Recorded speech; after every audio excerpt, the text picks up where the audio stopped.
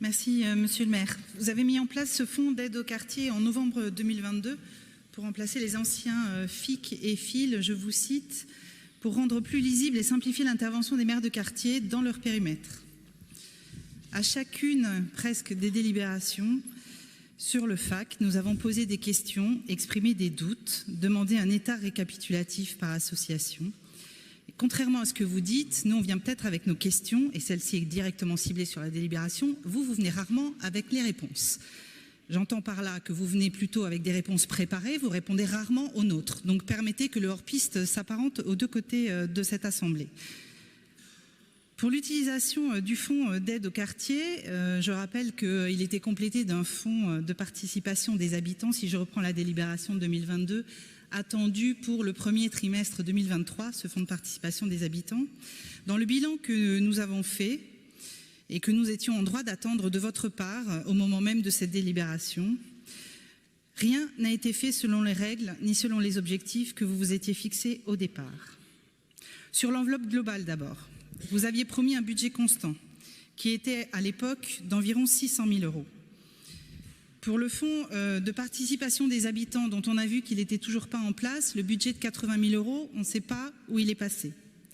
Pour le budget qui est dédié au fonds d'aide au quartier, vous l'avez amputé tout au long de l'année, on est en particulier intervenu au mois de juin dernier, vous l'avez amputé au bénéfice d'autres directions, sans jamais le faire apparaître dans votre petit tableau récapitulatif que vous mettez en tête de chacune des délibérations du FAC.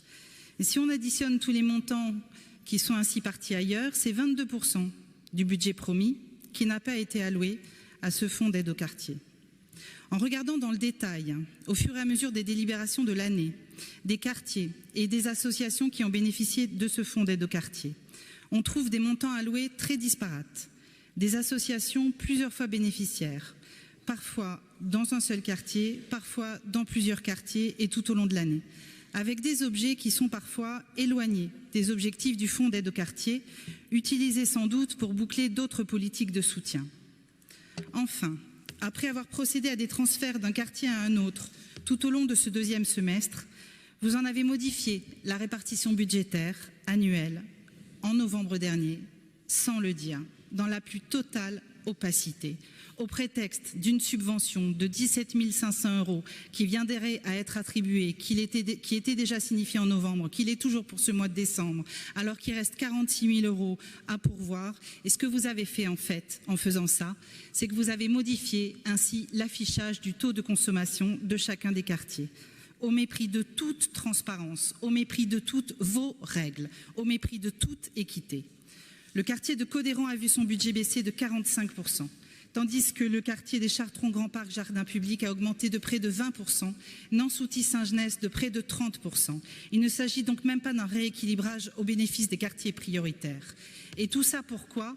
Pour montrer en fin d'année, sans jamais avoir dit que vous changiez la répartition budgétaire, que Codéran, qui a consommé 45% de ce fonds d'aide au quartier, en aurait finalement consommé 80%, et que Chartrons ou Saint-Augustin, qui en avait dépensé 120%, serait maintenant aux alentours de 90%. En résumé, ce FAC 2023, ce sont des montants de subventions disparates en fonction des associations, bien loin de l'objectif initial qui était de soutenir de petites opérations.